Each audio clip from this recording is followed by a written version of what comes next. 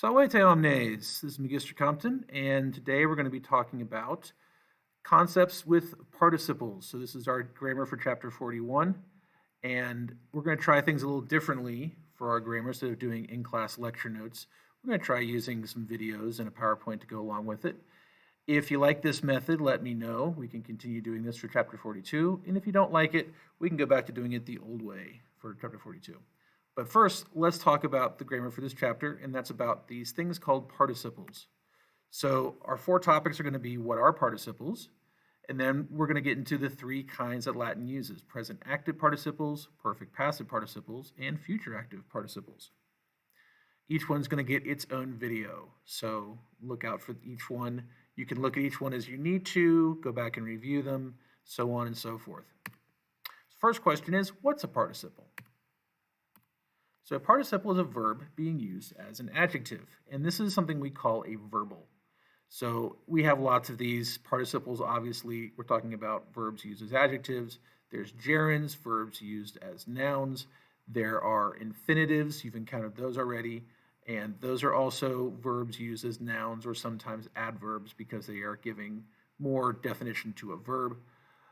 There's also the thing called a gerundive, which is a kind of participle, but we also use it other ways. English doesn't really have a gerundive, Latin does, and you'll learn about those in Latin 3. So, since a participle is a verb and an adjective, it has some qualities of both. So as a verb, it has action. You're giving the noun that you're modifying some extra action. It also has tense and voice because as an action, it has to happen at some time. And either the noun you're modifying is going to do the action or the noun you're modifying is going to receive the action. And finally, a participle can take a predicate following it. Notice I put predicate in quotes because it's not really a predicate since this isn't really a verb, but it's pretty much the same things as what predicates can have. So an active participle can take a direct object, a passive participle can have an ablative of agent. They both can take other prepositional phrases to say where they're happening. If our participle comes from a weird verb that takes a dative, for example, it can take a dative object, so on and so forth. So it's kind of like a predicate, and as you'll see, when a participle is used, we often frame the sentence with the participle, much like we do a normal sentence. But remember, it's not really a verb, it's just coming from a verb. It's really an adjective. So as an adjective, it modifies a noun, it has case and number and gender, and it has declension because it has to agree with that noun. So if our noun is accusative, our participle has to be accusative. If our noun is plural, our participle has to be plural, so on and so forth. Okay, so let's look at some examples of what participles look like in English sentences. Atalanta, kneeling on the ground, suddenly stood up and attacked the enemy with her bow. So kneeling would be a present active participle. In this case, it's modifying Atalanta, and we have a prepositional phrase following kneeling that tells us where this is happening. So she's kneeling on the ground. But notice, it's not the main verb. It gives Atalanta another action, but the main action is stood and then attacked. So this participle just allows us to add a little bit more detail about Atalanta, And this way, our sentence becomes a bit more vivid. It also allows us to not have to write two sentences. So we could instead say Atalanta was kneeling on the ground. Suddenly, Atalanta stood up and attacked the enemy with her bow. Those are two sentences. They're kind of choppy, not the best use of our space. So using this participle for kneeling allows us to write one sentence but give her all this detail. Here's another example. The enemy, having been attacked by Hercules and his allies, fell in great numbers. So this is a perfect passive participle. The enemy isn't doing the attacking. The enemy was attacked. Notice I've got having been in parentheses because you don't have to say having been. If you said attacked, that would be fine. And we'll show you what that looks like in Latin later on. But notice it also takes an ablative of agent. Attacked by whom? Well, by Hercules and his allies.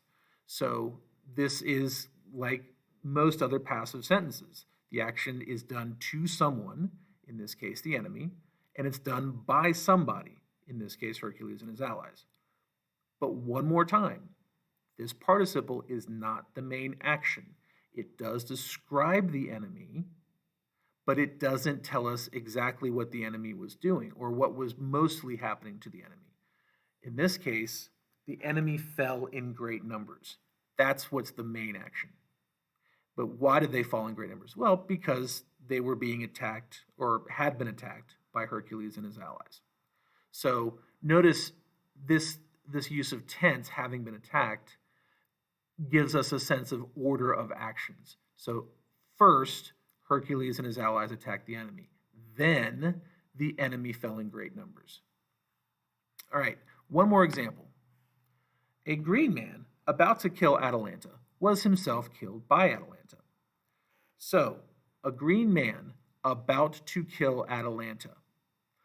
This is another example of a participle, in this case a future active participle, giving us more detail about somebody in the sentence. So if we were trying to figure out which green man we're talking about, this would help us do that because we're talking about the one that was about to kill Atalanta. So if we're talking about the whole field of them, then we could point one out specifically. But one more time, about to kill Atalanta isn't the main action. It does describe the green man. It is something he's going to do, and it does help us point him out. But the main action is that he was killed himself by Atalanta. So we still have a real verb in the sentence. This participle just gives us something extra to say about the green man, to give him some more detail. All right, so that's the basics of participles, and we'll look at some more examples in class later. But yeah, this is just helping you to kind of see what we're going to be looking at. So look at all these examples one more time. They all modify a noun, Atalanta, the enemy, or a green man. They all have an action, kneeling, attacked, about to kill. They all also have a quote-unquote predicate. So kneeling where? On the ground. Having been attacked. By whom? Hercules and his allies. About to kill whom? Atalanta. So it does a lot of things verbs do, but as we'll see when we look at the Latin, they're not going to look like verbs. They're going to have adjective endings, they're going to look more like nouns, and they're going to modify nouns. All right. Next video is going to be all about the first of these participles, the present active participle. Until then, valete omnes.